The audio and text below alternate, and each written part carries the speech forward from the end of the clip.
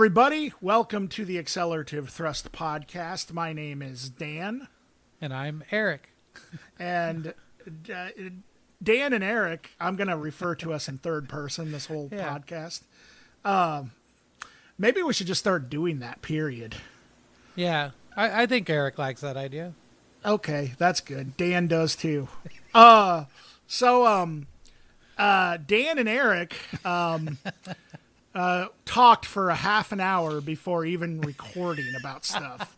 Yeah, and trying to trim it a little so you don't have to sit through 2 hours a week, which our unfortunate negative acquaintance Chuck Moore told me today that he doesn't have time for anything else in his life because he has to spend 2 hours a week listening to this. So, so what, you talked to Chuck today? Just on a text. I wouldn't talk to him I don't want to hear his terrible voice. You wouldn't talk to him in person. I wouldn't give him the satisfaction of hearing my voice. Satisfaction. Dude, that's cruel because there's a lot of satisfaction within your voice. He can listen to the podcast just like everyone else. Chuck, I'm sorry. I love you. But I also, we also, he's the worst. You're also the worst. Anyway. Yeah.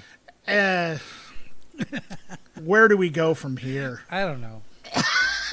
So, see, anyway. That's what Chuck does. He just ruins everything. Just even talking about him. But, anyway, let's see. What were we going to do this podcast about today? Like, what are we even doing? Music, I think. Oh, yeah, that's okay. I forgot about that. That stuff exists, doesn't it? Hey, you know what? I have a music story for the week. All right. So I was listening to music. Oh. And I see how you tied that in. Yeah, exactly. It's music. Muzak. What is the difference between music and Muzak anyway? Is like what? Muzak is basically what plays at the mall. A Muzak version of something would be like or like an orchestral version, or yep. So that switched on country would kind of be a version of like Muzak. Kind of. Yeah, maybe. Yeah. You all should check out Devo's Muzak albums if you haven't. They're amazing. Yeah. Okay. They're Muzak versions of Devo songs, and it sounds like it would be super novel and just like you get the joke or whatever, but they really worked hard on it, and it's really wild at moments. So I'll have to check that out. Anyway, sorry to get sidetracked there. It's going to happen like so many other times on this podcast, like it always does. But so the music story I have. Yeah. I was listening to music, and it was from this band that I listened to a lot in high school that I kind of just lost touch with, and it brought back some nostalgia things. And then I realized that this band's first 3 records are some of the best, at least in the world of like rock/metal. And that is Clutch.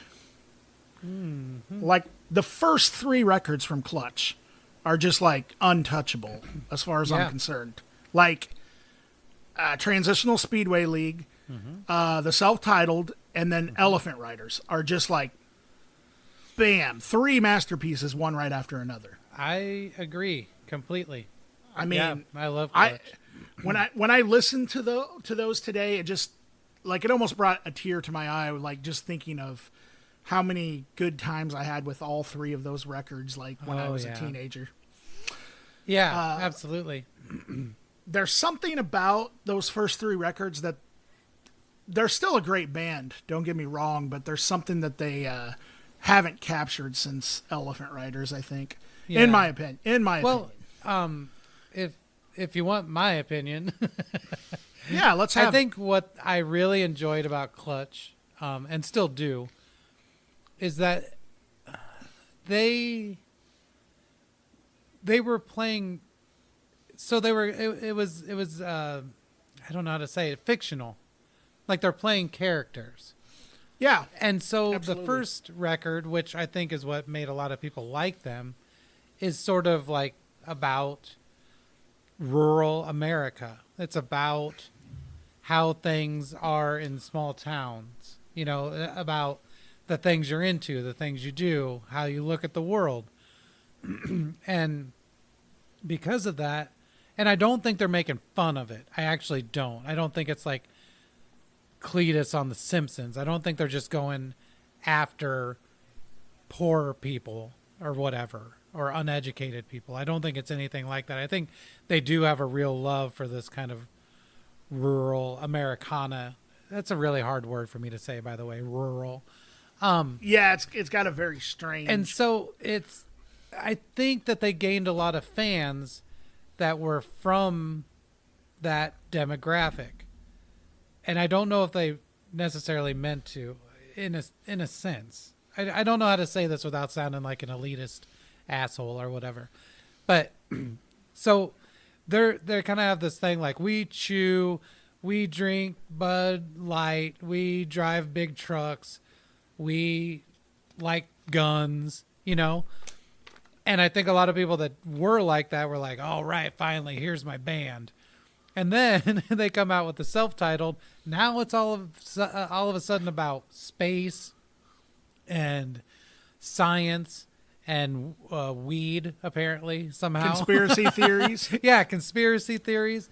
All this stuff that has nothing to do with who they were on the previous record, you know? Yeah.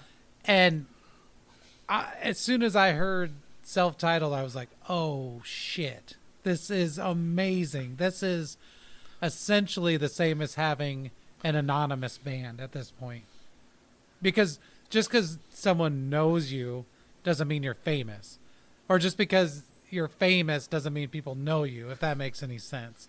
Like, so all of a sudden now they're this science nerd doom band or something. Stoner nerd. I don't know what you call it. Yeah, I love it. Almost like a heavier at time. Like, I remember thinking that this sounded like a metal band playing Chili Peppers riffs in space at times. It got funkier for sure. Not as like just intense metal. Yeah, and then you get to Elephant Riders, and it's like, okay, obviously this is a completely fictional narrative now. This is the Yeah. Civil War being fought on elephants, you know?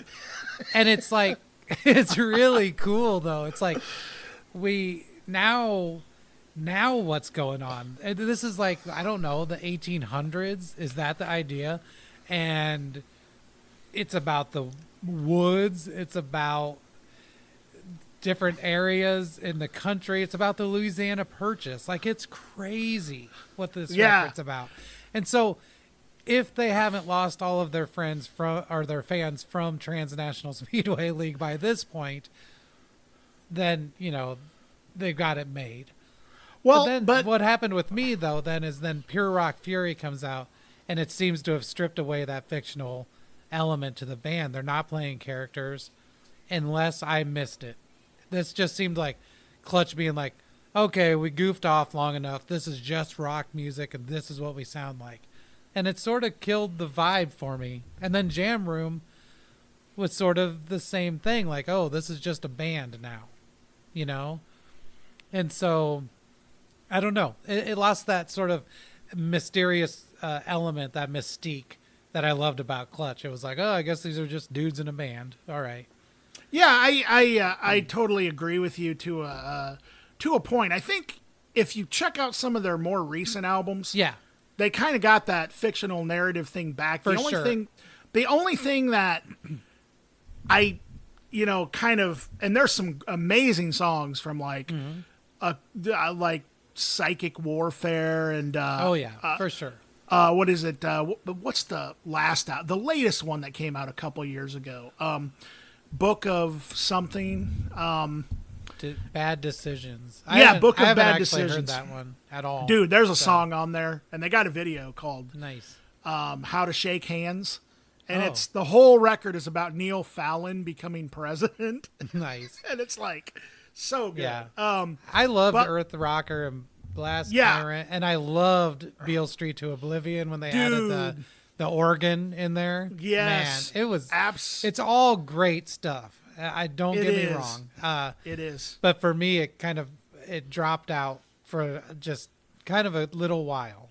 Yes. But Blast Tyrant, or I'm sorry, Robot Hive Exodus, I loved it. When it came out, I was like, okay, this is clutch. They're back. Did you see the video to Burning Beard? I love that video. It's like one of the greatest videos ever made. When he goes into that chant part, it's like, oh. Yeah, and he gets lifted up. Yeah. It's so fucking great. Yeah, it is.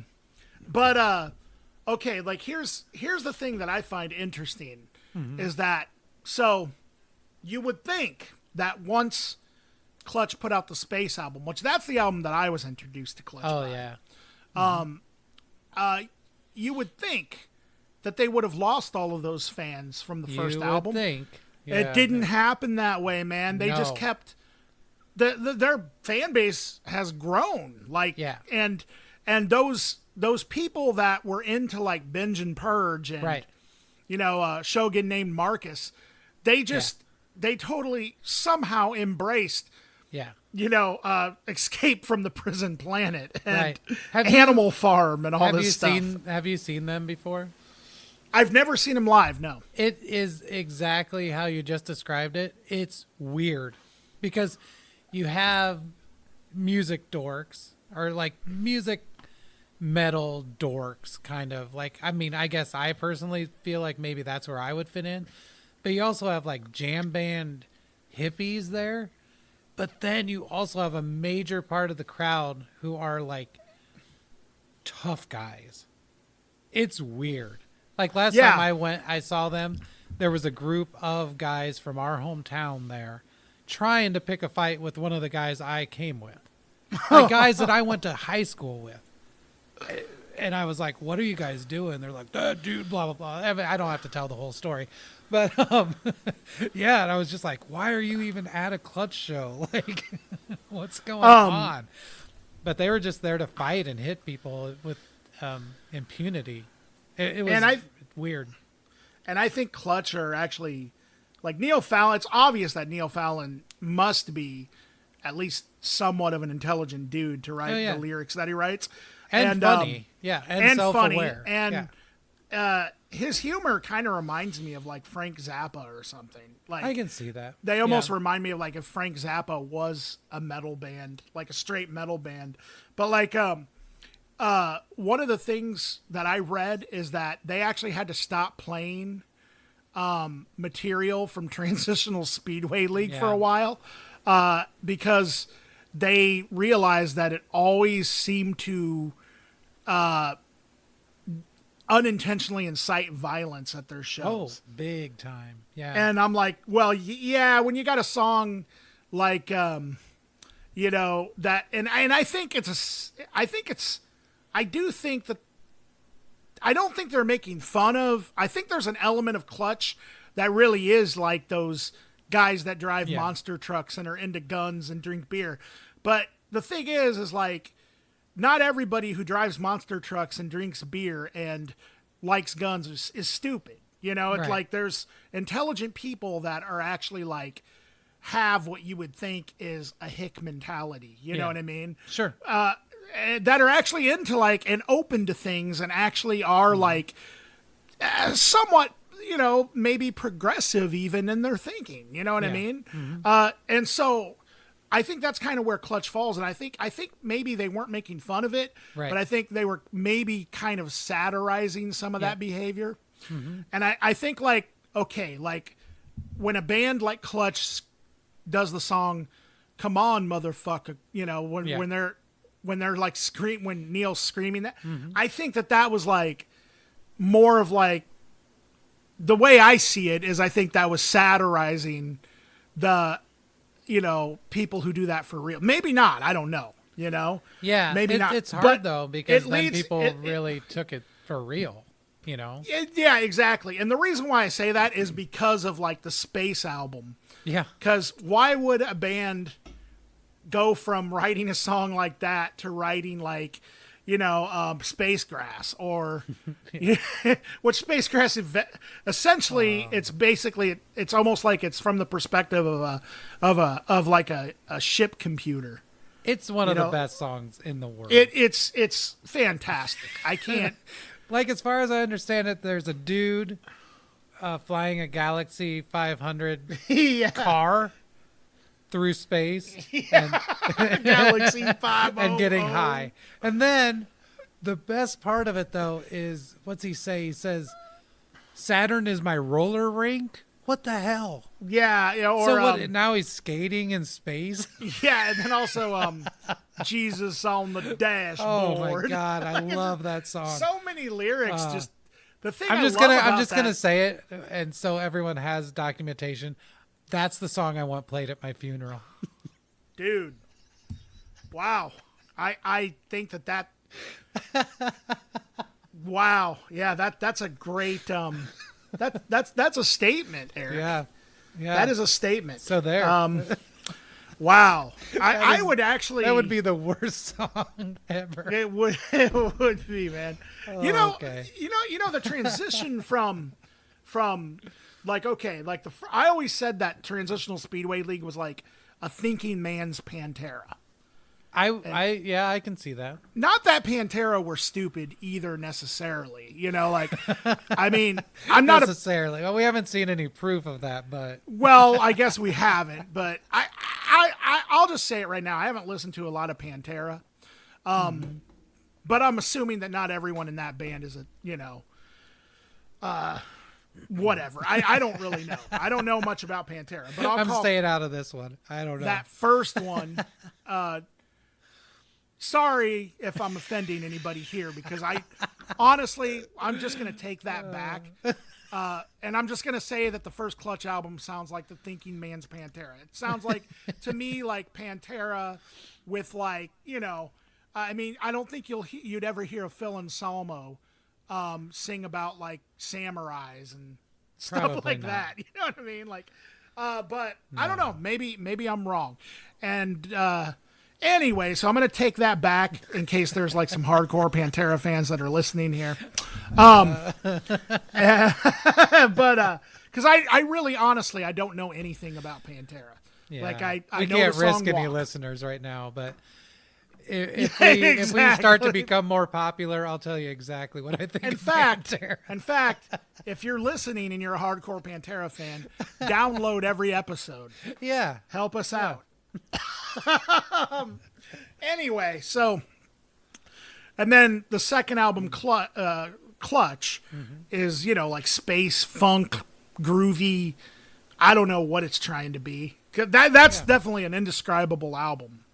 Like, magic happened on that one, Yeah, it's Elephant Riders, Southern rock with like some weird like, Civil War narrative, like you said, like a fictional narrative. Okay. The transition that they made in those first three albums is very similar, but in a much different way to like the transition that like Ween made from like the first four really, but definitely the first three, more so the first three, like sort of noisy, fucked up, like whatever Ween was doing with like those first three albums, to like almost like more of like a you could even say like to 12 Golden Country Greats, to like the Mollusk, then to something like White Pepper, where they almost got misunderstood as being like some weird like roots rock jam band or something, Yeah, they have definitely leaned into that, and being a jam band. And I don't think they really meant to do that at all. Yeah. And well, that's same with how Primus. Primus is in the same boat. boat. Yeah. Primus is in the same boat, and I think Clutch is in that same boat with like, just sort of, there's more people that are showing up at Clutch's shows that are, I don't know, maybe I'm like maybe I don't know what the hell I'm talking about. But that's what this podcast is about, is me not knowing what I'm talking about. Welcome to the new episode of We Don't Know What the Hell We're Talking About. Yeah, maybe we should change the name to that. No hell. Yeah, it slides right off your tongue. It's succinct, short and succinct. There you go. We don't know what the hell we're talking about the podcast. We have no idea. And we start, Dan starts rambling about Pantera, a band he knows nothing about. Sounds great. So Wow. I think we have some records to get to. Yeah, I think you're first. Am I first this week? I think so, yeah. Okay, so let's see. What is on my list for this week, and which one do I want to talk about first? Let's see. I think I'll start off with Sleaford Mods, Divide and Exit.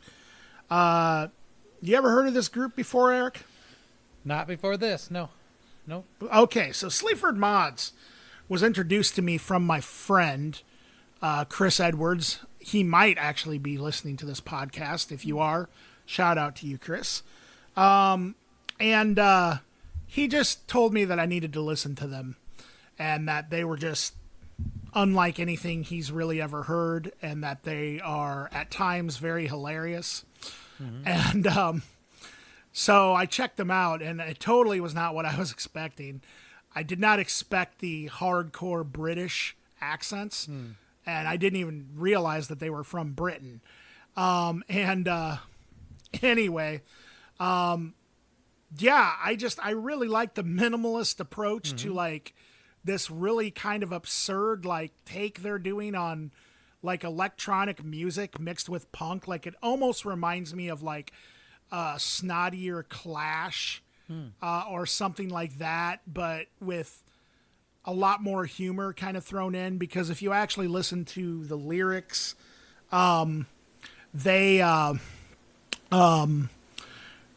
a lot of social issues that are kind of brought up. But then there's also some really just hilarious wordplay. Like it almost, the way that I would describe it is like, imagine if like the Clash and like American hip hop,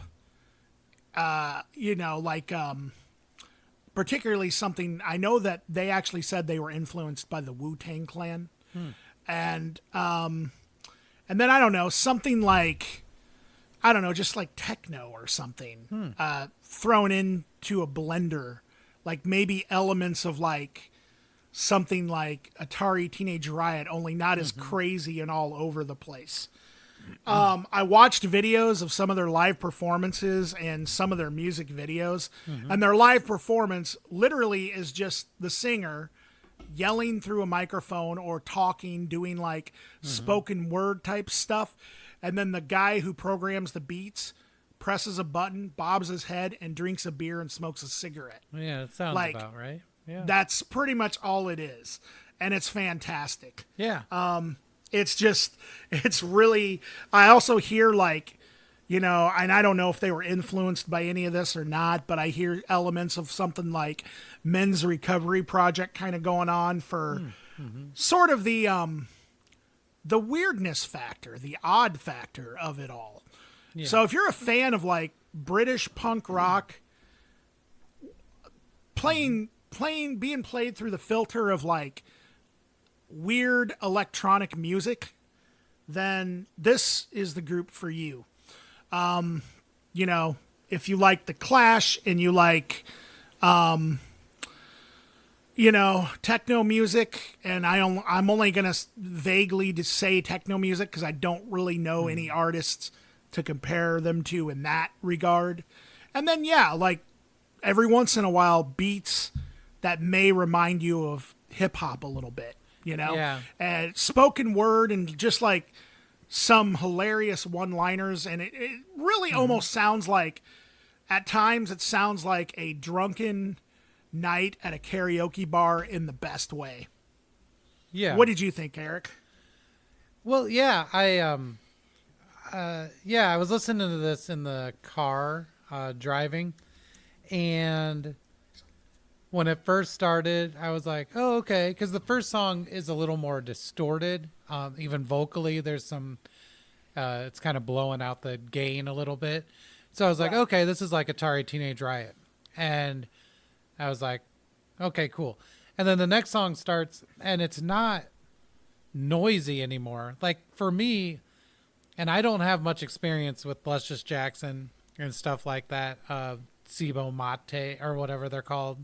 Cibo Mato. Yeah. So a lot of that's really like drum oriented with just like a real heavy bass groove on it. And that's kind of what I heard in the music. And so a little bit like ESG that we talked about last week. Absolutely. I didn't think it just kind of seemed like bass and drums, but not drum and bass. That's a different thing. But so like really funky beats. I didn't hear a lot of electronics in it that much, but I'll probably listen to it again. I don't know. It's tough, but to decide. But so I was driving, and so I listened to the first track. I was like, okay, cool. And then the second one starts, and he's still doing this vocal delivery. And I was like, okay, is this really what it sounds like? And then the third song starts, and he's just still talking. And I was like, oh, shit, this is what this actually is.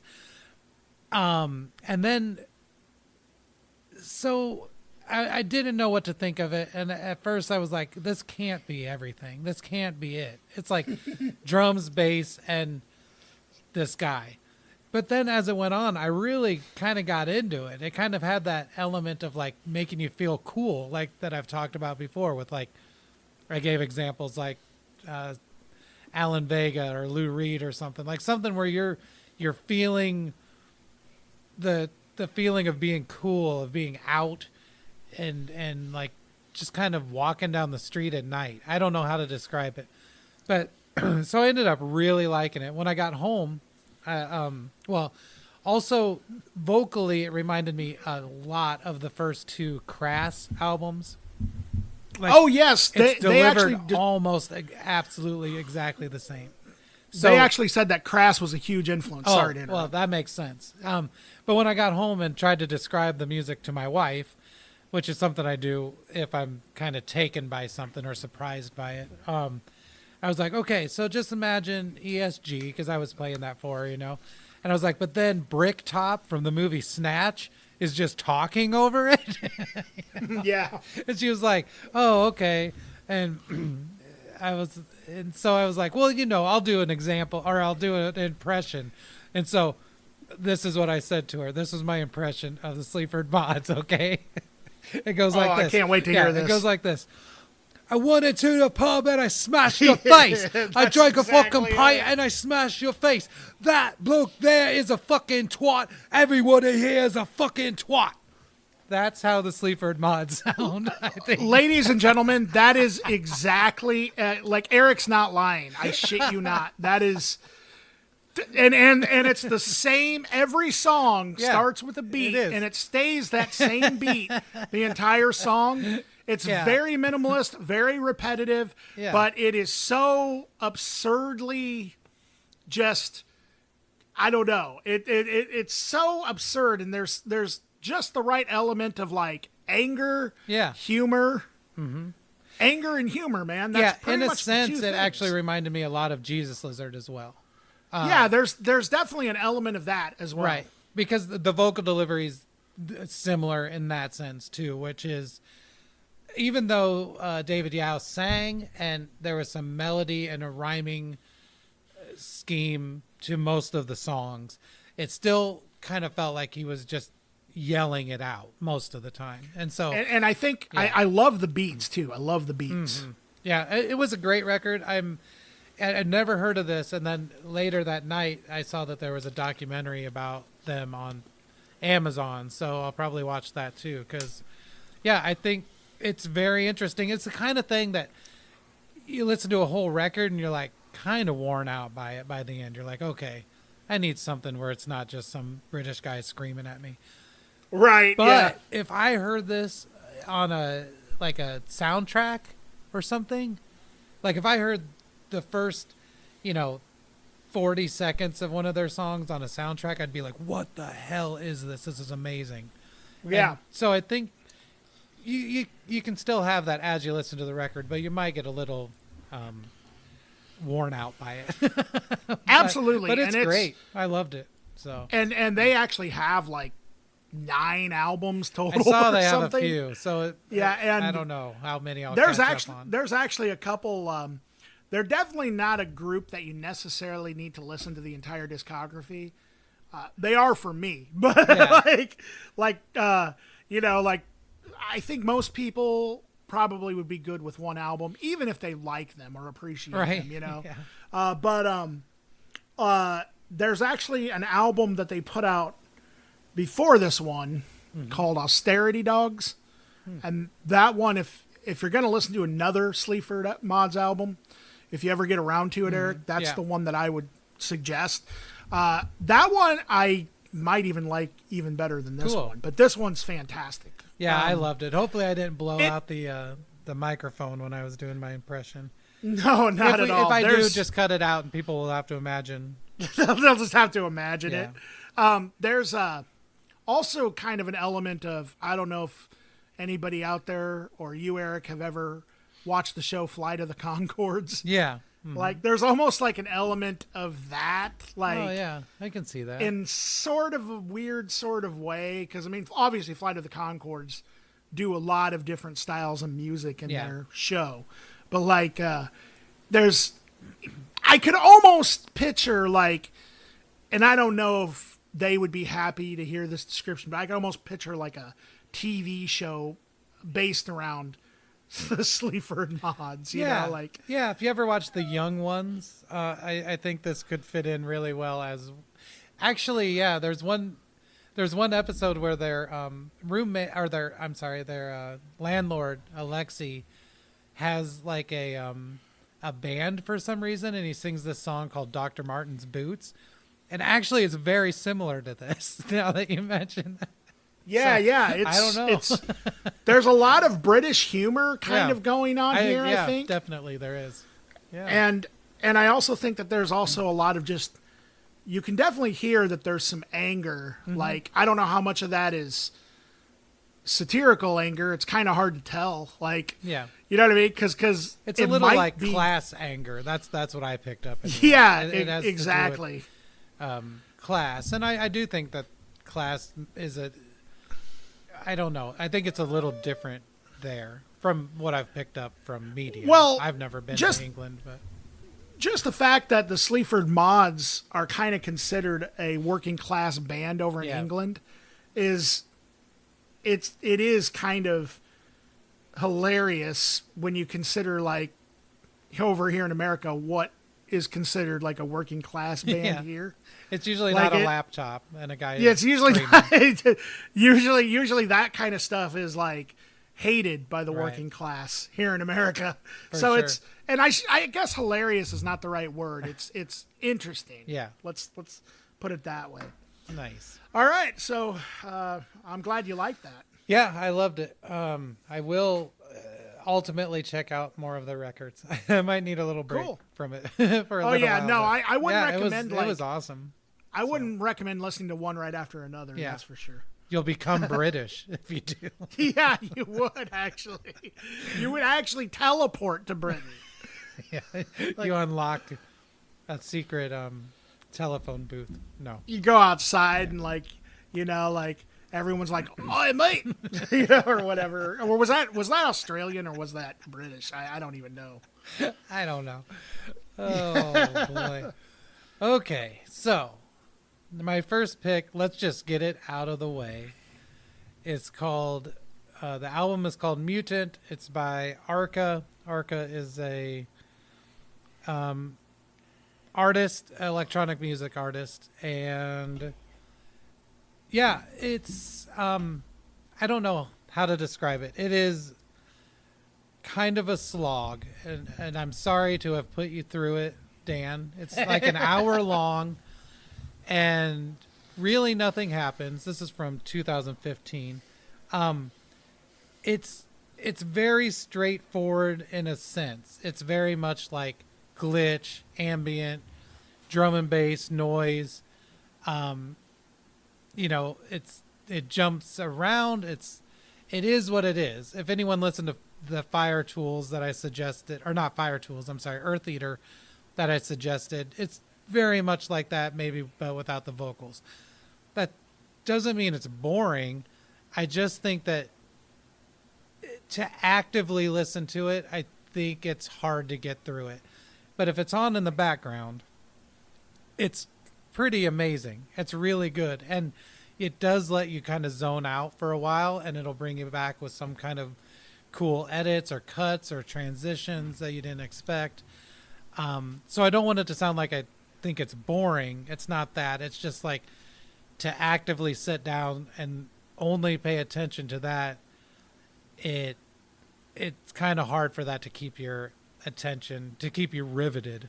But I do think it takes a lot of chances within what it does. And I enjoyed it. I guess the thing about me is I have music. I don't generally just sit down and listen to music. I'm usually doing something. So some music works great for driving in the car. Some works great for cleaning up the house. Some works great for running or something, you know. And so this is kind of a nice one for sitting around reading or something like that. I'm not saying it's easy. It's not at all. It's noisy as hell. But I guess I don't know how to describe it. I enjoyed it a lot, but at the same time, I can see why someone else would be like, this is long and nothing happens and it's pure noise. So, I guess that's me recommending it, but also fully understanding that most people are not going to like it. So anyway, yeah. What'd you think, Dan? What a piece of shit. No, I'm just kidding. I know, right? It actually, it's definitely not the type of music that I listen to at all. Mm-hmm. Like, I've never really just gotten into completely like EDM glitch or whatever. Mm-hmm. Would EDM even be a proper explanation? Yeah, I don't think there's a definite genre here, to be honest. Yeah. Yeah. That being said, I would have to say that I agree with you that it works as background music, like almost perfectly. Mm-hmm. Actually, it's not something that I was able to sit down and listen to with my headphones, which that's how I listen to a lot of music, right. Most music, but I wasn't able to do it. Yeah. I got through like I think the half of the first song. And then I saw that there were 20 songs and that the second song was 7 minutes long. Right. And I'm like, oh, are you serious? Yeah. Then I actually went to the Wikipedia and I was like, okay, how many 7-minute songs are there on this thing? And then I looked and there really wasn't that many. They're actually, most like 2 minutes. So yeah, most songs are like 2 minutes. There's even a couple that were like 30 seconds or something. You know, that being said, though, I have the same reaction with this album that I have with pretty much any artist in this genre, whether it's, and I'm totally ignorant. I'm going to preface this to like this genre. You probably have already picked up on that, Erik, with, you know, some of my opinions on some of the previous albums that maybe fall or could fall under this umbrella. But like, okay, like something like Square Pusher. Yeah. Or like there was another guy who, he was like a Japanese guy or something who does like music kind of like, maybe he's not, I don't even remember. Musique was a big one. Cornelius or something? Yeah. Am I right about that? I always thought Cornelius was a little more hip hop oriented, but I don't know for sure. I haven't heard everything. So was he like a Japanese or am I think hallucinating? So. Yeah. Okay. Well, I mean, but still, the way that some of his stuff was kind of, I don't know, I guess structured, I could almost see it kind of, you know, in my mind anyway. And I haven't listened to Cornelius in like a long time, but in my mind, I think of that genre when I think of somebody like Cornelius. Maybe I'm completely wrong, you know, but that's just maybe I need to listen to him again. So sorry, all Pantera fans and all EDM and Glitch fans. I've offended everyone. No. What's next? Anyway, okay, so as the album went on, I actually thought it got more interesting. Yeah, I did too. So I thought it started off boring. I to the point where I'll be honest, Eric, I was like, I don't know if I almost texted you and said, I don't know if I can make it through this album. Right. But then I don't know, as I kept listening to it, it got more interesting to me, and especially in the context of being background music. Right. I actually laid down and just kind of shut my eyes and listened to it that way. And it, maybe that's why it got more interesting. Right. That also being said, this isn't a record that me personally I would return to very often, if at all. Right. Just, just to be honest, that's just how I am with this kind of music. Unless there's a real certain way that I like I love electronic music, but it has to be done a very certain way. Like I love Stereo Lab or something like that. Like, which doesn't really fit into this genre at all, but they do electronic music, or at least electronic influenced music in a certain way. I like stuff like Air even, I guess there's just a certain way that I like electronic music done. And this isn't terrible by any means. Like I said, I think it got interesting as the album went on. It's not 100% my cup of tea. Right. And that's pretty much how I feel about it. I makes couldn't sense add to me. anything else. No, it's funny. I was never into this stuff until, I don't even know, maybe just a couple years ago. So I'm doing a lot of catch up. But yeah, it's funny because our friend Sean, he introduced me to all of this stuff years and years ago. Oh, yeah, he was always into that stuff. Like Aphex Twin and Square Pusher and Autesher and Musique and I don't even know, Venetian Snares, all that stuff. Yes, he was telling me about it for years, and I was always like, I don't know, whatever. And then, pretty much just within the last couple of years, I was like, I guess I should give that stuff a chance, like I kind of after it's too late to actually share with him, but it's like, I think that sort of had an influence on me, was like, I should give that stuff a listen and see if I like it. And a lot of it I do. Like I said, this one was a little, I don't want to say uninteresting, because that's not how I feel about it. It just didn't seem very dynamic. It just seemed a little samey. So, it was very, very repetitive kind of through the whole thing. So there's a lot very of stuff minimalist that's, too.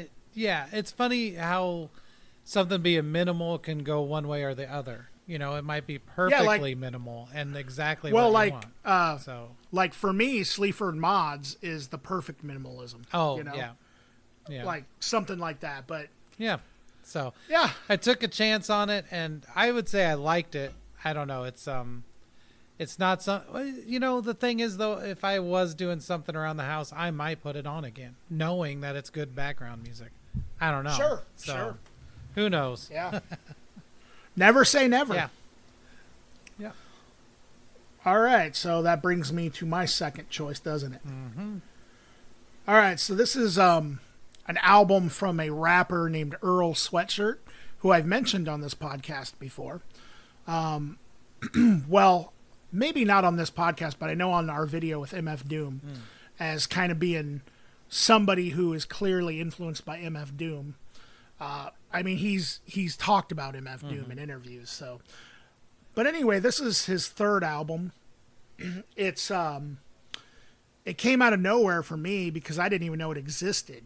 Earl Sweatshirt has been really under the radar lately. For those of you who don't know who Earl Sweatshirt is, he was a member of the Odd Future group, which had like Tyler the Creator and this group called Mellow Hype, this group called The Internet, and Damo Genesis, and a bunch of other rappers, and they were just kind of like a collective, sort of like people compared them to the Wu-Tang Clan, which I thought was weird because they're totally not like Wu-Tang at all. But it also, a lot of their stuff in their early days was very kind of horrorcore-ish, but they were not horrorcore at all. Like, especially like in their production. But they definitely like rapped about that kind of stuff. Some of their early stuff, Earl put out a mixtape, I guess when he was like 15 or something. And the legend, or I guess his mom heard it or something and then sent him away. Wow. Because of it. And if you do listen to it, there is a lot of like very violent imagery that he's like rapping as like a 15, 16-year-old, which I'm sure just had to do with their age more than anything, you know? But when he got out, Odd Future and Tyler, the Creator, particularly, became kind of this sought after. They were kind of the next big thing in rap in like circa 2011 to 2013. And Earl Sweatshirt was seen as the best MC out of the whole clique. And I would say that is justified. I always thought that Earl was just a great MC.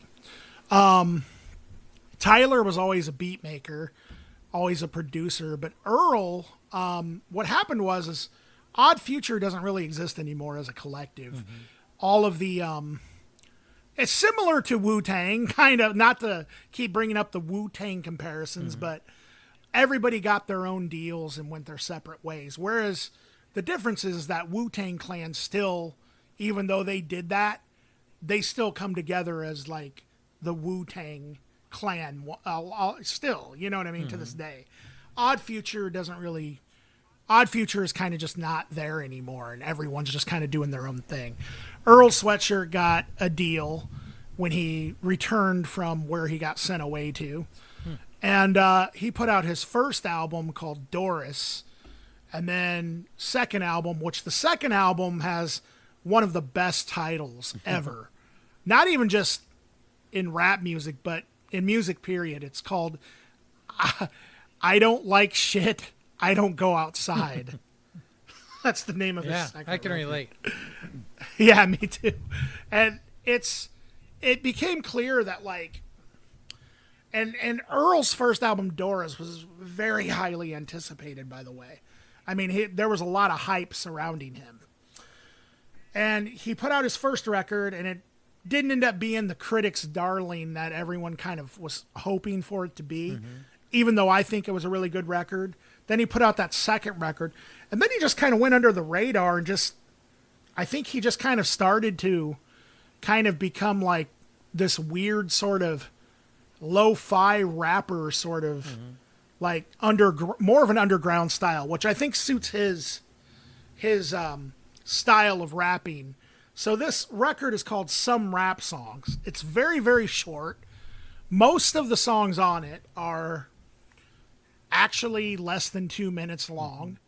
There's a couple there's like one I think that is about 4 minutes long. I think there's another one somewhere in the middle that is almost 3 minutes long. And then the first track called Shattered Dreams is just over 2 minutes.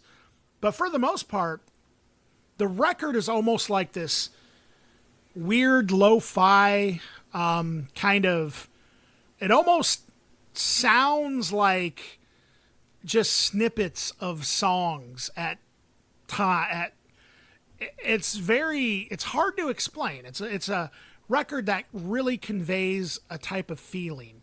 I know that Earl's been kind of in some of the interviews that I've seen and stuff, he's been pretty vocal about his depression, and there definitely does seem to be a lot of that on this record.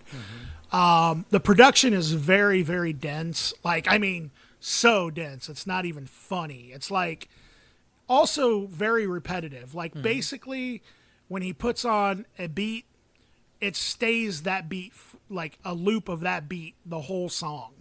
I mean, but the whole thing connects together.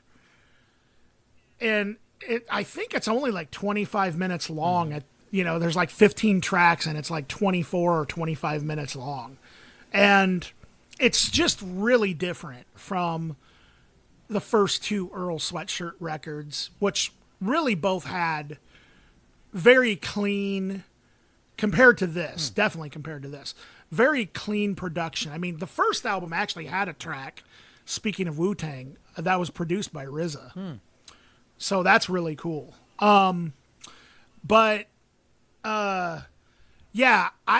Me personally, I think a record like this further validates the MF Doom comparison, well, especially Mad Villain, because I feel like the Mad Villain influence is all over this record, but it's totally its own thing. You have to really kind of be willing to sit with this record for a while.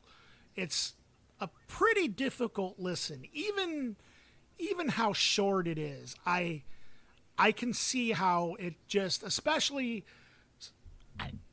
I don't know how in general the public reacted to this album, but I can imagine there probably were quite a few people that were like, what the hell are you doing here? It doesn't make any sense, in comparison to the first two Earl records. Sure.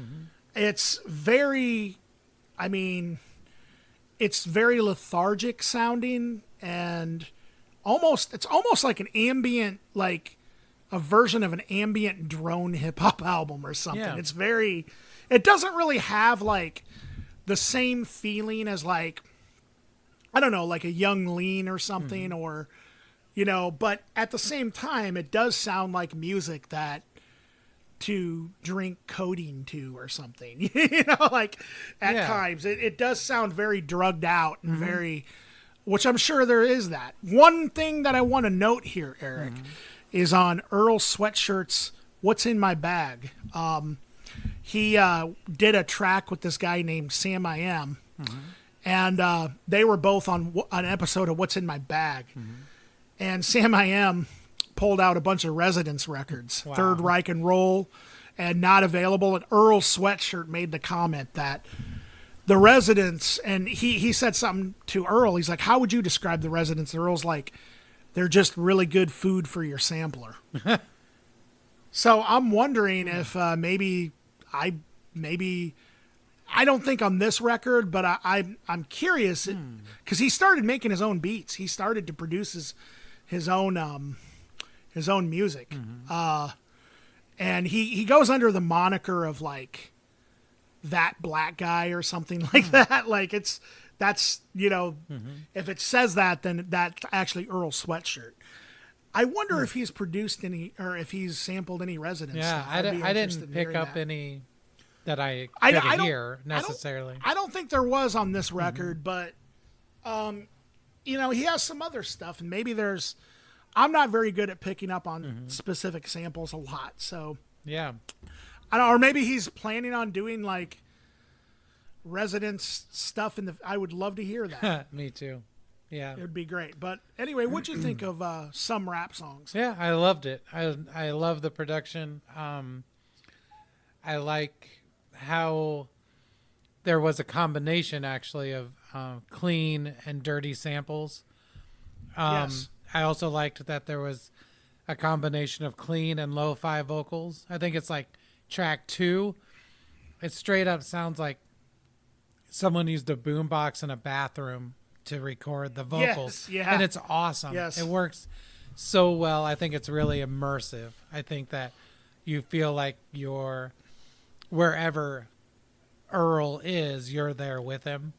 And I think not only in a physical sense, but like a mental sense as well. Like I think that the beats they're beyond chopped up. They're straight up like out of time. They're not in time, and not even like Wu-Tang with their samples are like fudged a little sometimes. Like it'll be off by a millisecond or even a full beat sometimes.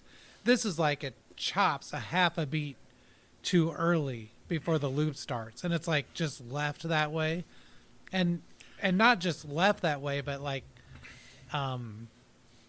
expounded upon. Like it builds on these things that are not musical, like purposefully out of sync. And I really enjoyed it. It was experimental, but the way that Earl raps and what he's rapping about, it's not like Flying Lotus. It's not like heady. It's like like what I would consider regular rap music, what they're rapping about.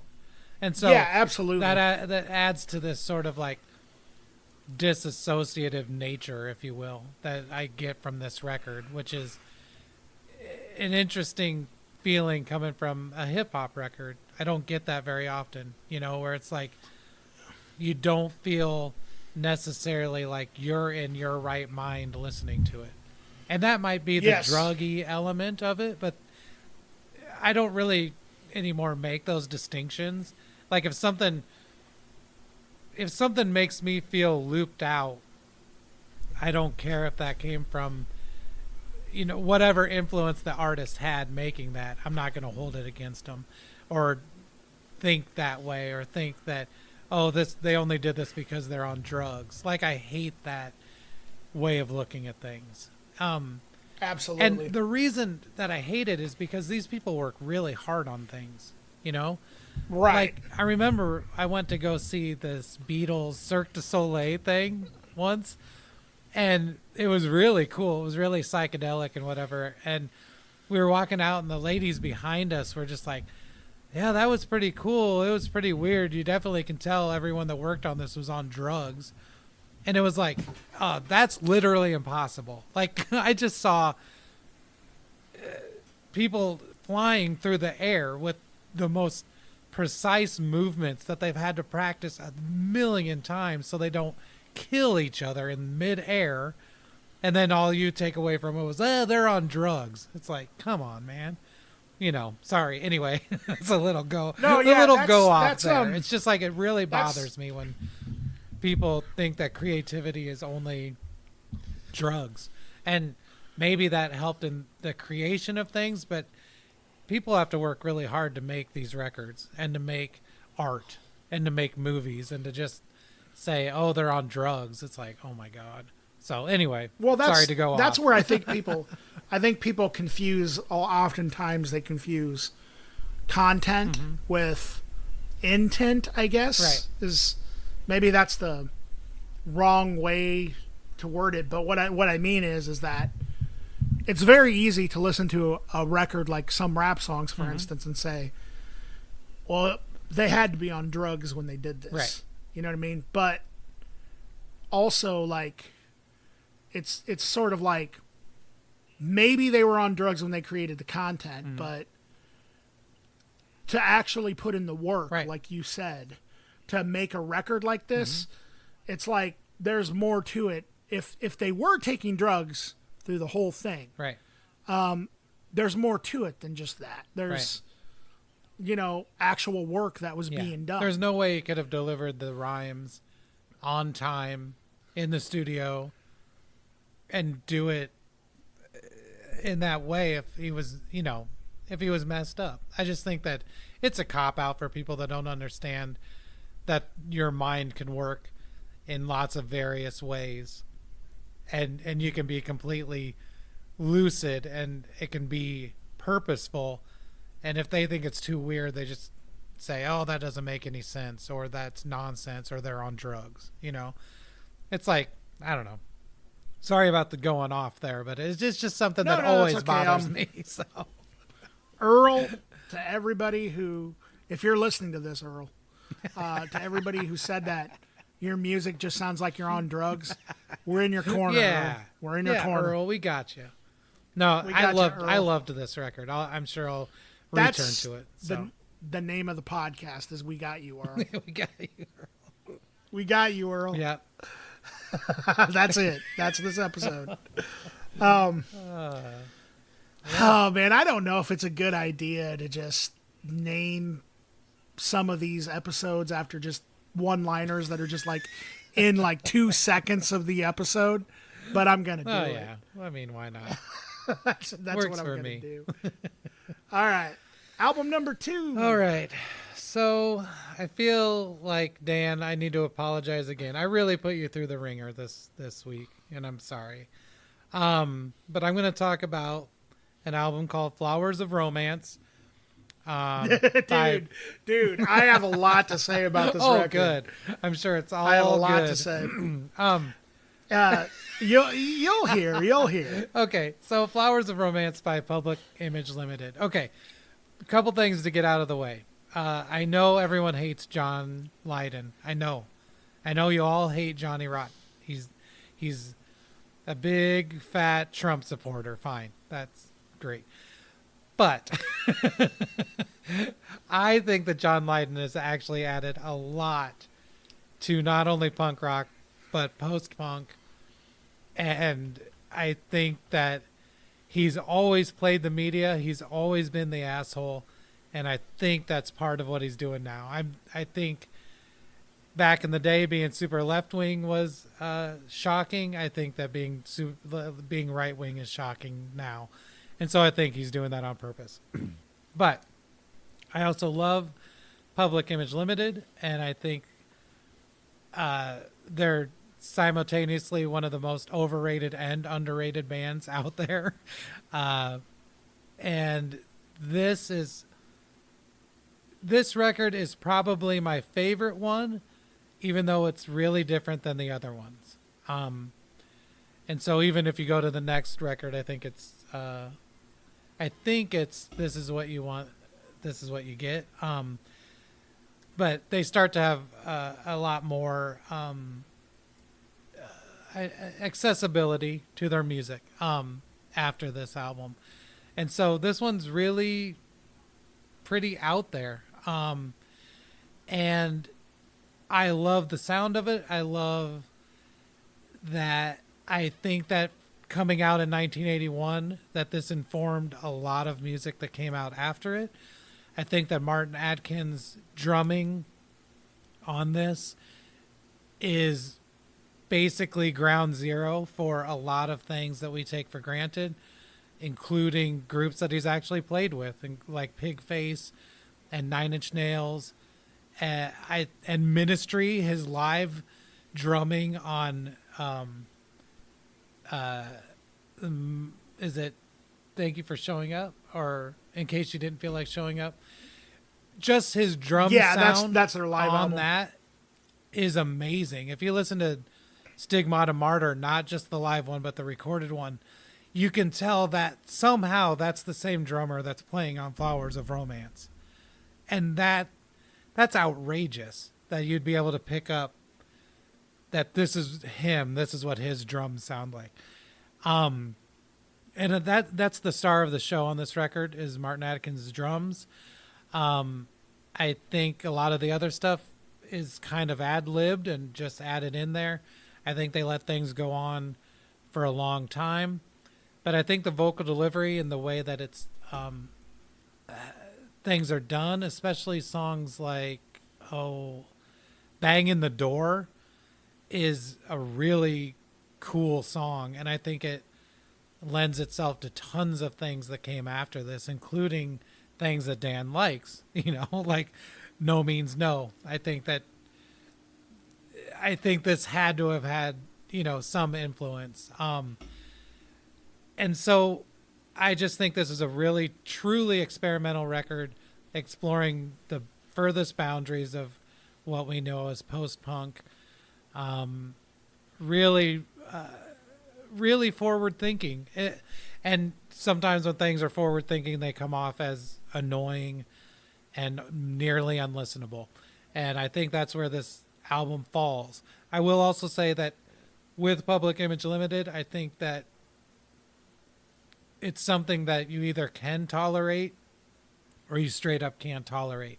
As soon as Johnny Rotten's voice starts in Public Image Limited, you know pretty quickly if you're going to be able to handle this or not.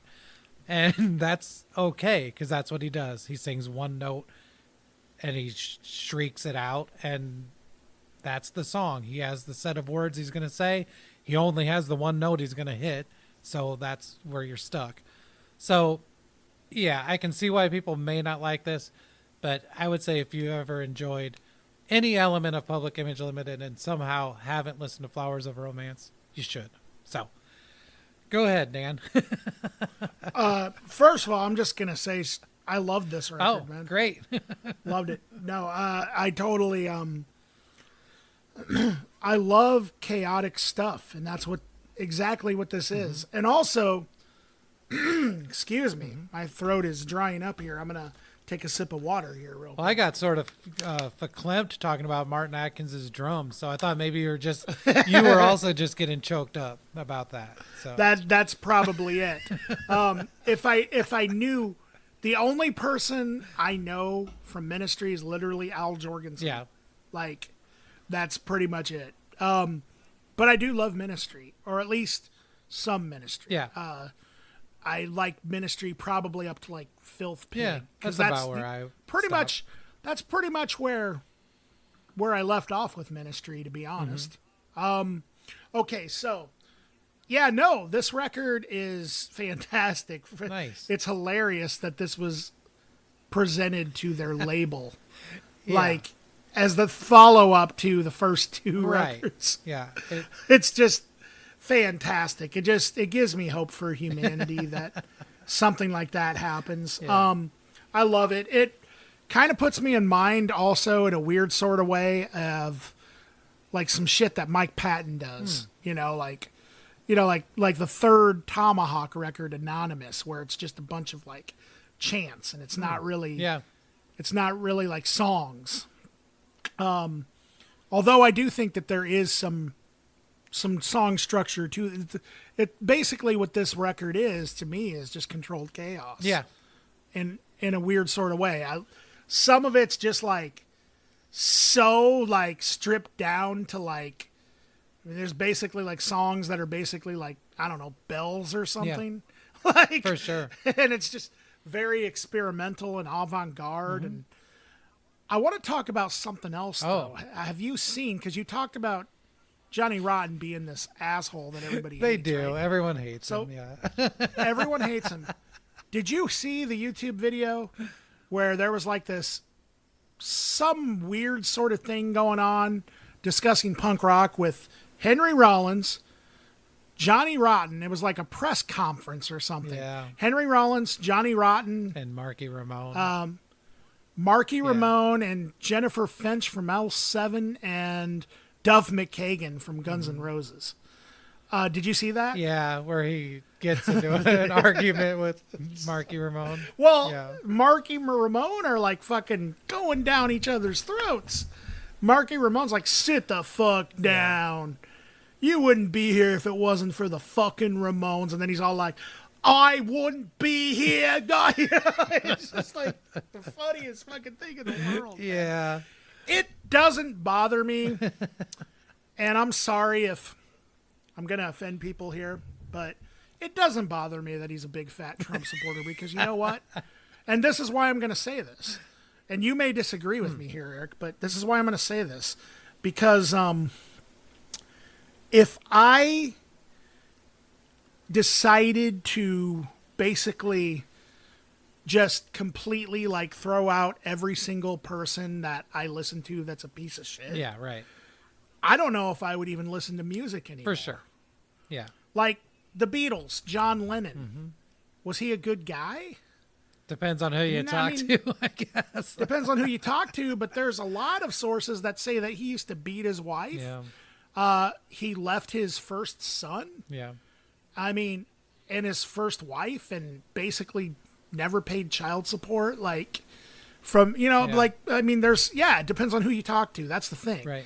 I mean, obviously, Johnny Rotten's made it clear that, okay, he's a Trump supporter. You know what I mean? Yeah. But, it's like, I mean, does that suck? Yeah, it sucks. But I don't have to like everything about No, everyone. Definitely not. Yeah. And that's, I'm sorry, that's how I feel. And that's just, I mean, the Ramones, Johnny Yeah. Ramone was a giant conservative. Yeah, he was. Yeah. I mean, Marky Ramone and Joey were both hardcore liberals. Right. Ironically enough, I guess Dee Dee was a conservative too. Really? I guess that's according to Marky. I don't know. So Yeah. yeah, I don't think that's any of that weird. matters. I just wanted to address No, it no, no, that and everyone seems to be down on him right now. But I know, but there's a lot of like there's a lot of like I don't know. Buzz Osborne got into some hot water recently because he appeared on. Did you hear about no. this? He appeared on Gavin McGinnis's. Oh wow. But I guess this was basically he was still working for Vice, Right. and it was, from what I understand, it was before he really before the Proud Right. Boys like kind of stuff or whatever, right? I do think that Buzz Osborne, I'm gonna have to like research it a little more because I do think he made like a couple of distasteful comments about, I don't know, I think maybe like LGBT or something. I'm not really sure. Buzz Osborne has always kind of had a big mouth. Yeah. Like, Well, that's the you thing. know what I All mean? these He's guys always just have big mouths, and it's like yeah. it's almost a personality trait that is somewhat necessary in this business. I think that you can have a big mouth, or you can let someone around you have a big mouth. I've never met a band Right. of all quiet people. You know what I mean? Like, there's No, always yeah. If somebody, somebody in the band who's the mouthpiece, and yeah, there's always the asshole. Like, well, you know, I wasn't there's trying always to say like that necessarily. well, no, but they're usually, you know, like most bands kind of has. Yeah, I shouldn't even say asshole because that's not true. But someone with the ability to talk, you know, to. Yeah, exactly. So I think that, you know, sometimes that veers off the rails a little bit into assholeism, but you know, Yeah, exactly. you have to want to And, be heard to be a musician, and so that is already something you have to deal with, you know. there's so many things that people have done like in the past that, you know, certain. I mean, there's so much homophobic rap that came Oh, out for sure. that I used to listen to all Kid the and time. There's so Play much. in House Party.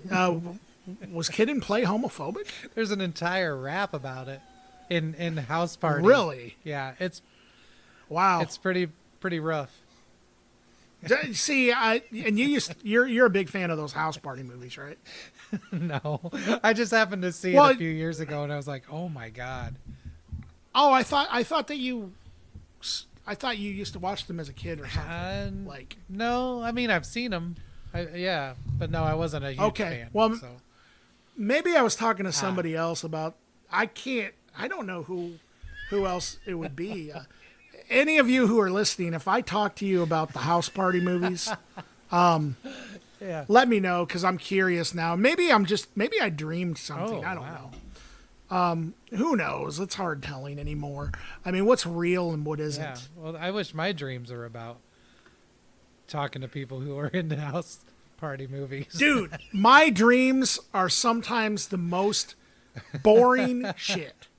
Like, okay, the other day, I had a dream that I went to a Chinese restaurant and ate. Damn. Was it pretty good? And that's, yes, Nice. it was fantastic. But that's all I did in my dream. Like, it was just like, it was like real life, like real shit. It's like, dude, give me an interesting dream. Like, you know, it's like, I'm going to dream about just like, you know, stuff that I do in real life.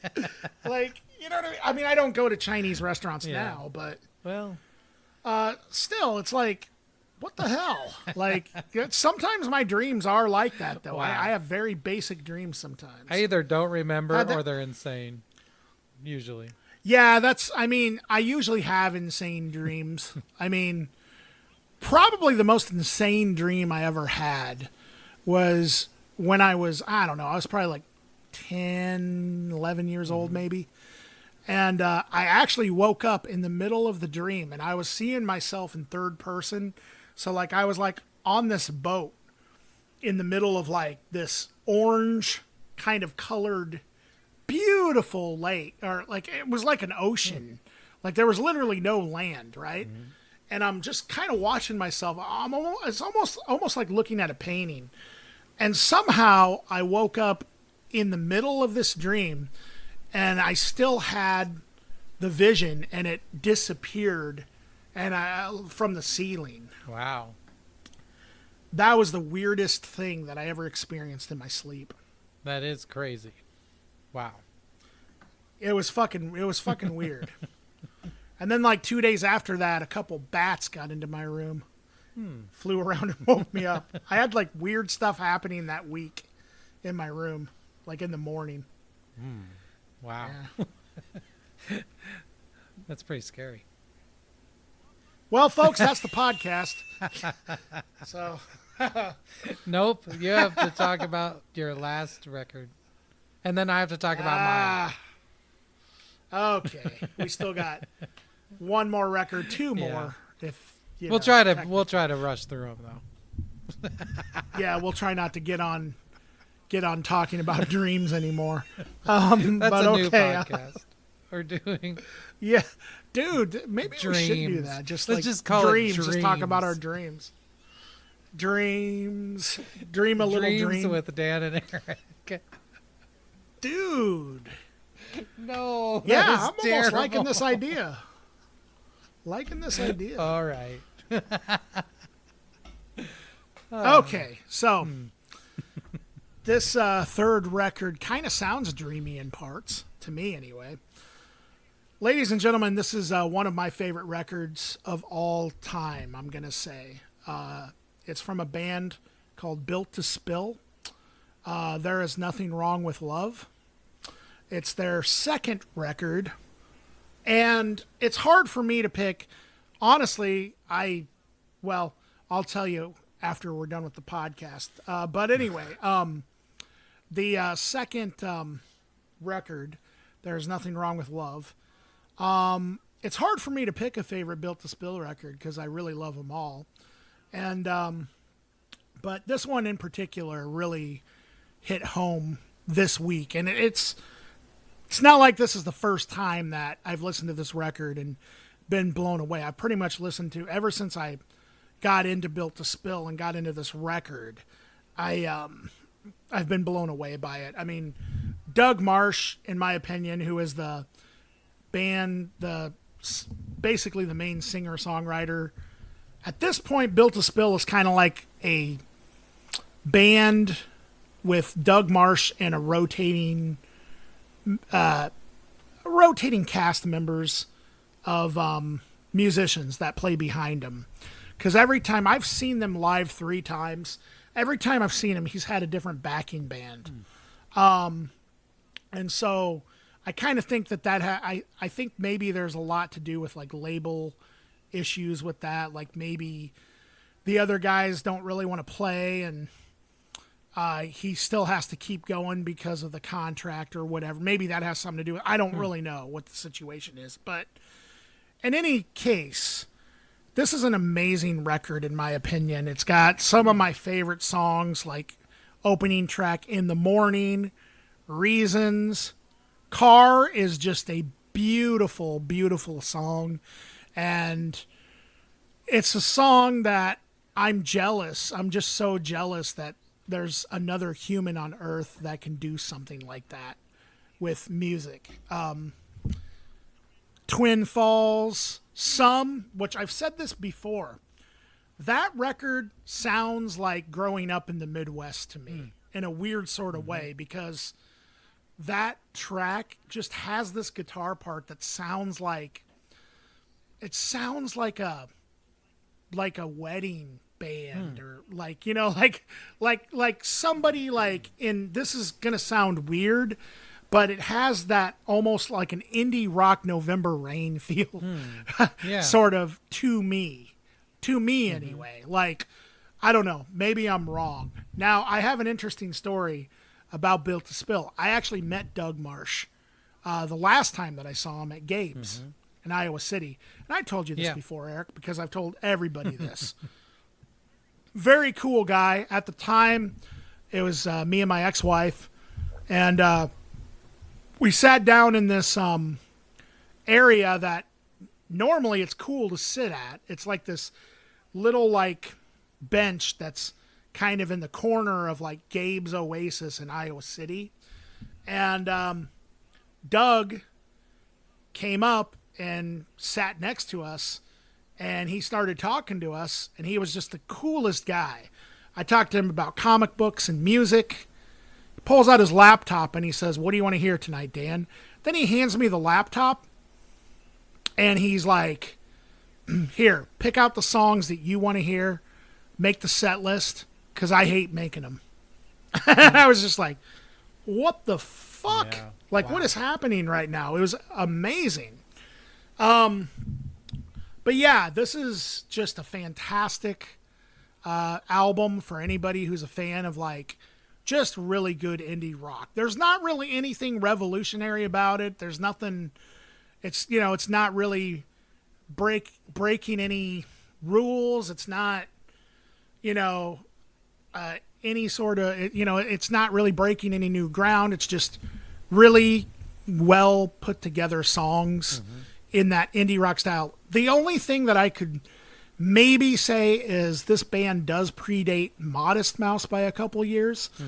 And I would say that I wouldn't be surprised if this band had an influence directly on Isaac Brock and Modest Mouse, at least in the early years, because they were from the same scene, and I believe that there was actually a part in the Modest Mouse documentary, The Lonesome Crowded West, where he actually did talk about Doug Marsh's songwriting and how much he really appreciated it.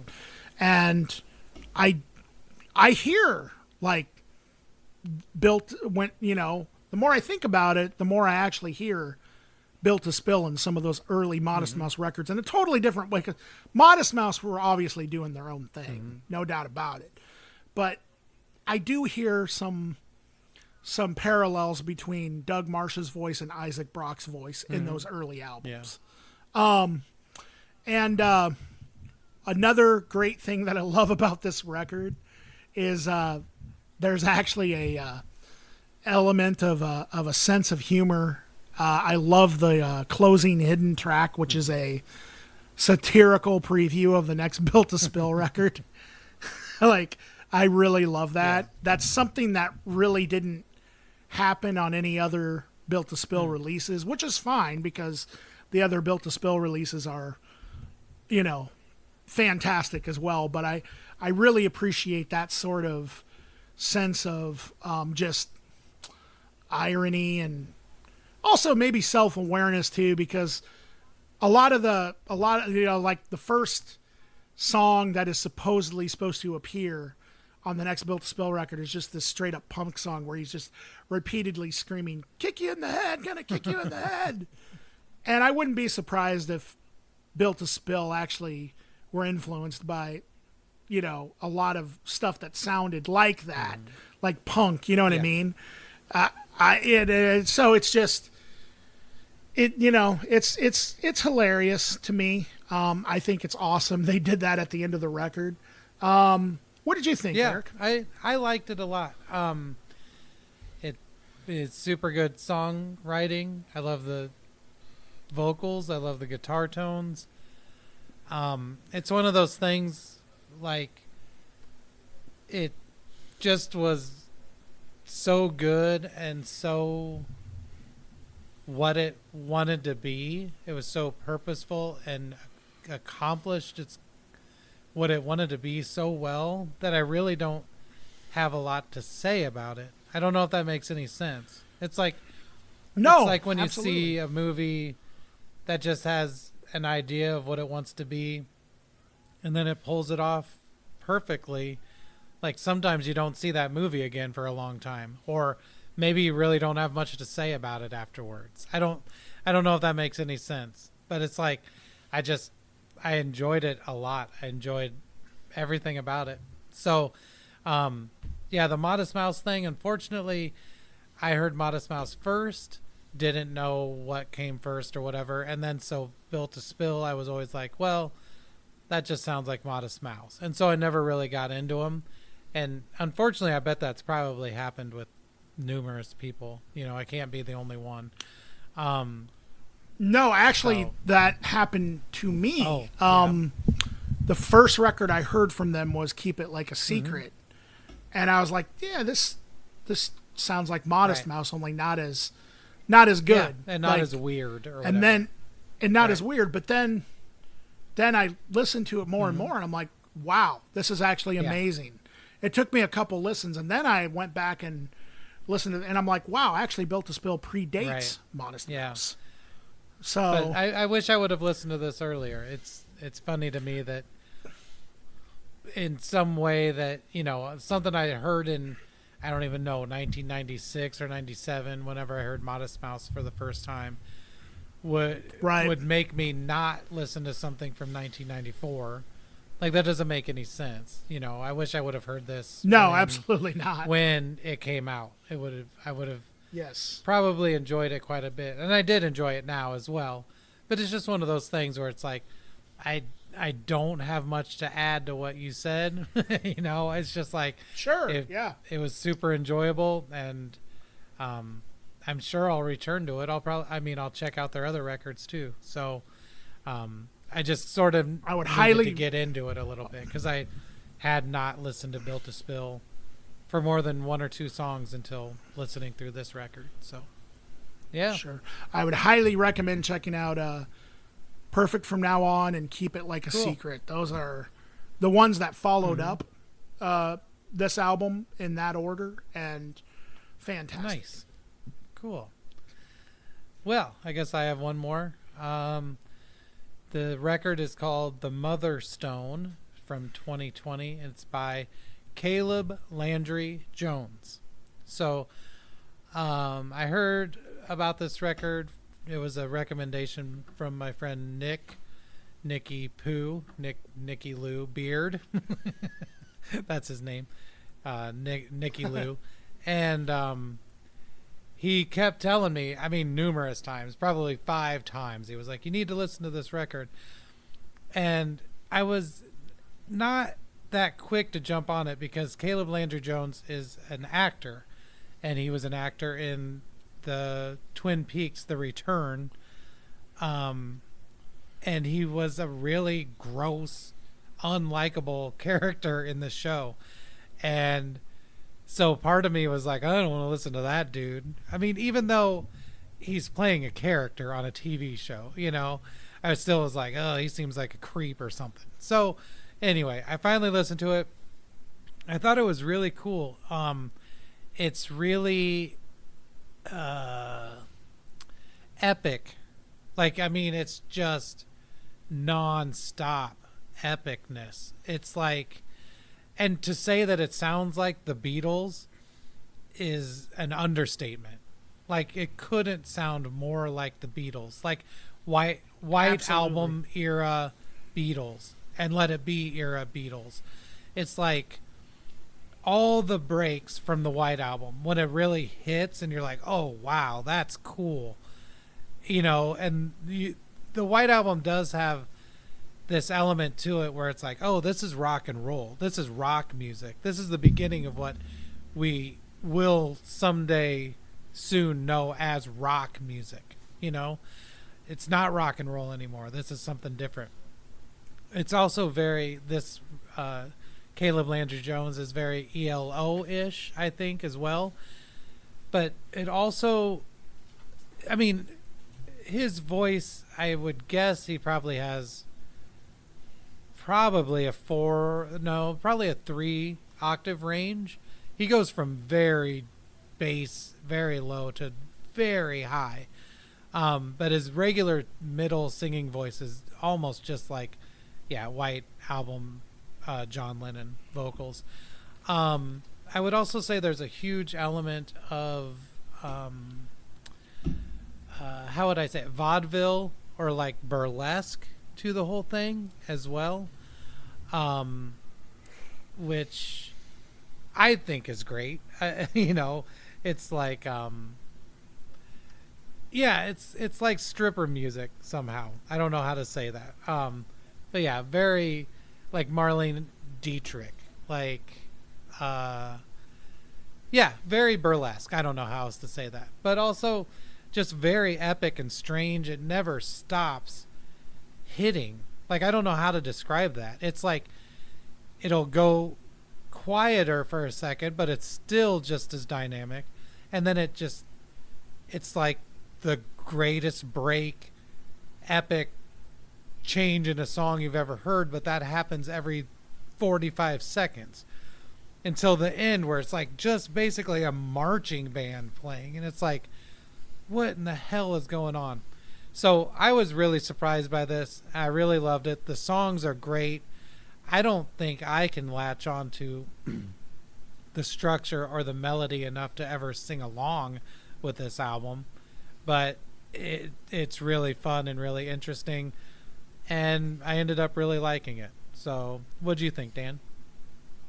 Oh man, this was one of the biggest surprises that you've really, really great surprise that you've thrown at me here, Eric. I love this album. Yeah, I like this a lot. Like you said, I hear a lot of the Beatles, particularly in the voice. You know, but there's also, like you mentioned, the vaudeville sort of like burlesque feel, which I totally understand that. That is totally. There's also kind of like this, at times, kind of glam feel that I'm getting. Like I hear like Bowie at times. Yeah. I hear like Rocky Horror Picture Show at times. Yeah. I even hear like, minus the voice, because the voice is nothing like him, but musically I hear like some Tom Waits going on. Sure. But then I also like when he does his, like you were talking about the 3-octave range, when he does his high pitched stuff, it reminds me almost of like The Residents or Ween. Yeah, like, it gets to a crazy It is level. vocals. Yeah. You know, when he does the low end, high pitched vocals, which sounds like he's using a vocal effects processor, but, you know, I don't think he is. Yeah. I think that's his actual voice. The track All I Am in You / The Big Worm, that one really reminds me of like a White Pepper Mollusk era Ween song. Oh, cool. Like even the melody of it, to me, I hear that. And there's even some like parts like there's even parts where he throws in some like grungy like sort of feedback, you know, that I thought was interesting, like almost like Nirvana or Sonic Youth tones like on it that he throws in. And I think that the opening track Flag Day / The Motherstone is just absolutely incredible. Well, again, I looked at the length and I'm like, really? The first 2 songs each are over 7 minutes long? And I was like, man, I don't know what Eric's setting me up for this time, but we'll see. And then I put it on. I'm like, this is incredible. And I will say that if I had any criticism of it, I mean, that would be the only thing, but that would be me just looking for something to criticize about it. And you know what? The length actually didn't bother me at all. Right. It never gives you a chance to get bored. I mean, it literally No, it really doesn't. Every 45 seconds, something insane happens. So he was an actor on the second Twin Peaks. Yeah, on The Return. That came out in 2017, I believe. 17 or something and like I've that. seen him in something else recently, too. But I can't remember what it was. Did you also know he played Banshee in the third X-Men movie, X-Men 3? No. Which I've never seen that. he would have only been like let's see here. He would have been like, I think like 10 years old or something. Wow. Crazy. Like, or I mean, cuz he's 31 right now. And the third X-Men movie, I want to say, came out in like 2004 maybe. Wow. I'm not sure. I could be completely wrong about that. Maybe 2006. But okay, so he's 31 now. You do the math. That would mean that he was 21 in 2011. So you count down then not 10, but he was probably like 13 or 14. Wow. So it's crazy that like some random actor like this could just put together a masterpiece like this, because that's what this is. I mean, I can't really imagine the work that went into recording this. Like, it just and it sounds so effortless. It does too. at times. Like, it does really sound like a group of really, really amazing, intuitive people playing this live. That is what it sounds like. How it was actually made, I don't know for sure.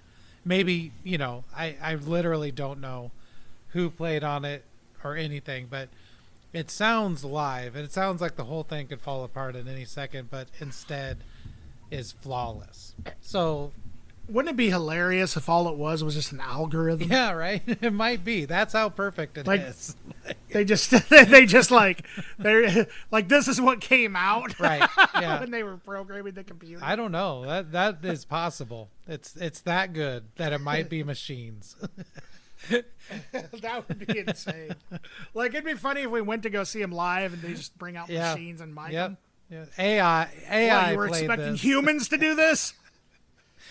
I mean, are you serious? You expected a person to actually do this? There's no way. A human. Yeah. No. It really blew me away. I think it's great. So. But it says right here it's Caleb Landry Jones. No, that's the name of the machine, you idiot. He's AI. I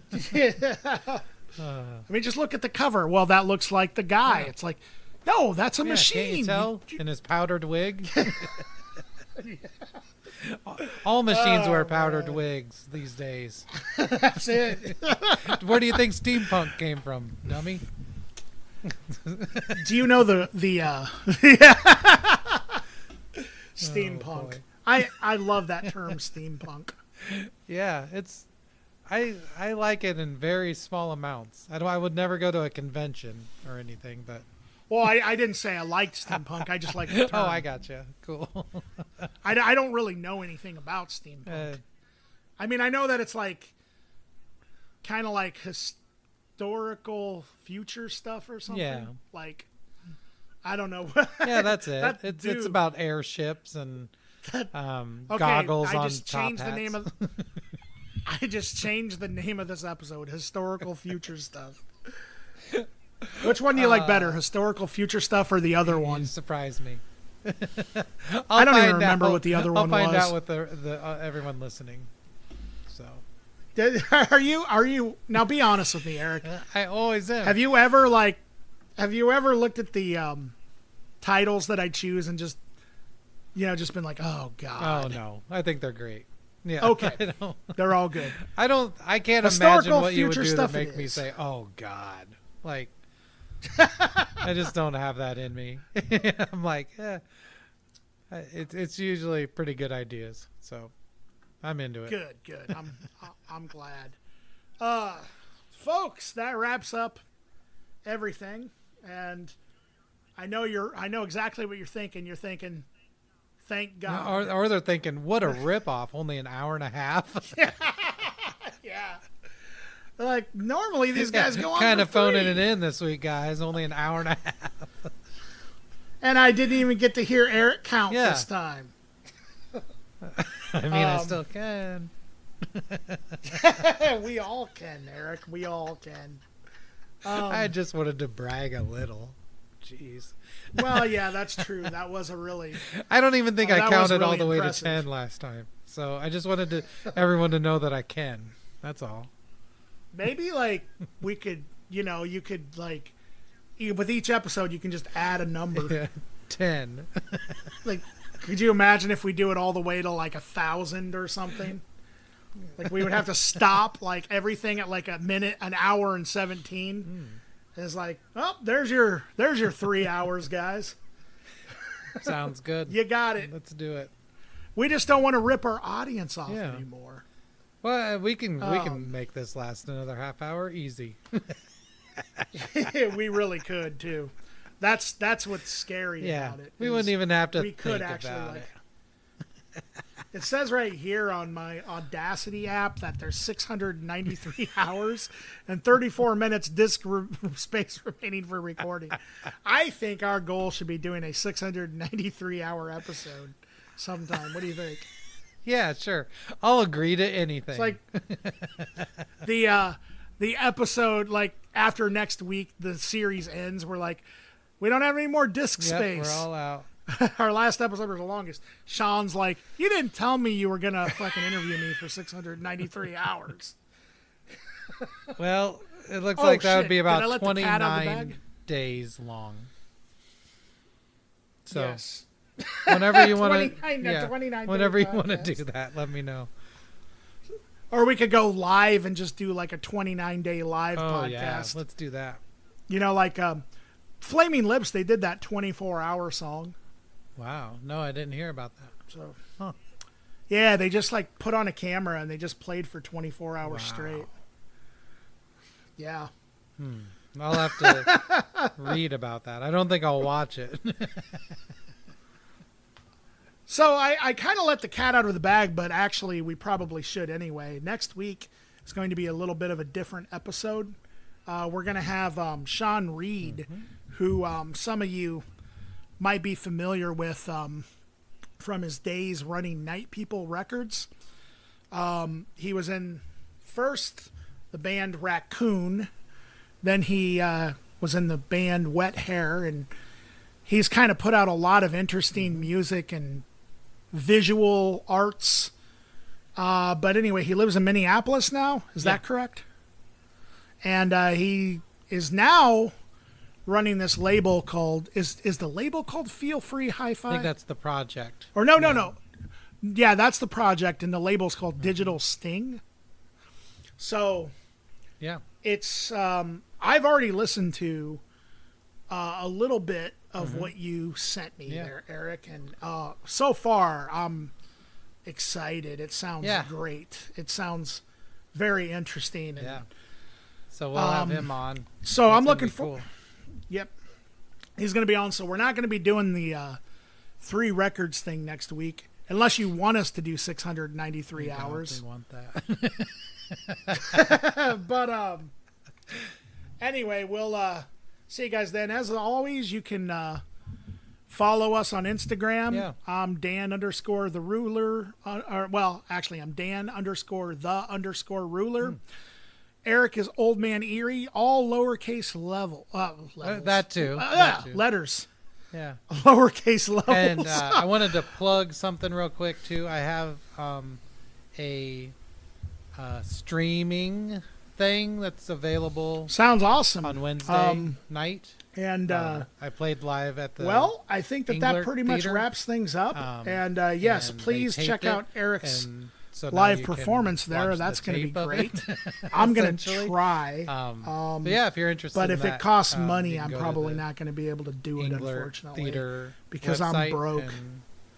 And I don't know Yeah, how we it can works. figure I think something you- out. you I'll have get a to hold of pay you and for it. maybe So it may not be there's a worth guest it. list. But if you wanted to pay for it, then you could see it. So yeah, I mean, I don't know how it works. yeah. That'd be really funny though. How, like that person who expects to get in for free because they're friends and they get angry. Like, how do they get angry virtually? Like, you know what I mean? The only thing they can do is just email. They've been my friends since 1983. Yeah. You know, like that's the we'll only figure thing that something can out. happen. That's definitely one Nice. thing that this virtual concert, Yeah. it's killing the guest list. Streaming guest list. We Maybe need, there we need is. to bring I the don't guest know. list back. Yeah. I don't know how it works either. Yes. Yeah, the guest list.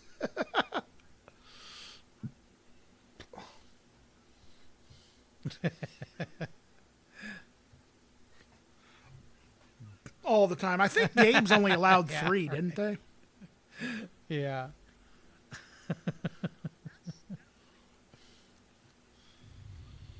I think I played Yeah, one show in my yeah, entire which- life where we had 3. We That was a actually filled up huge, the guest list. I Income think that source was for most a Girls a musicians. Command show, and it was a bunch of random people we really didn't know. who like Yeah. lived in Lone When Tree. you play a show and there's 6 And their people there and mom 3 of them drove are on the them. guest list, that always And, worked out well for everyone. I remember it being very interesting. For those of you who don't know, I don't remember. you I probably never really don't had care, but I used to enough be in a people hardcore interested to be on band my guest a long list. time ago, back before things happened, called Girls That Comanche. I think that you can find it on Bandcamp. But anyway, that's a whole nother show.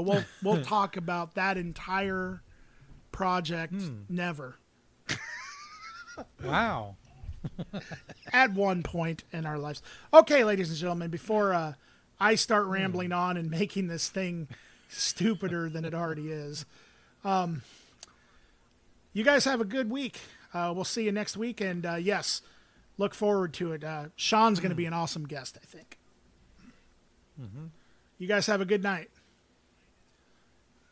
Bye.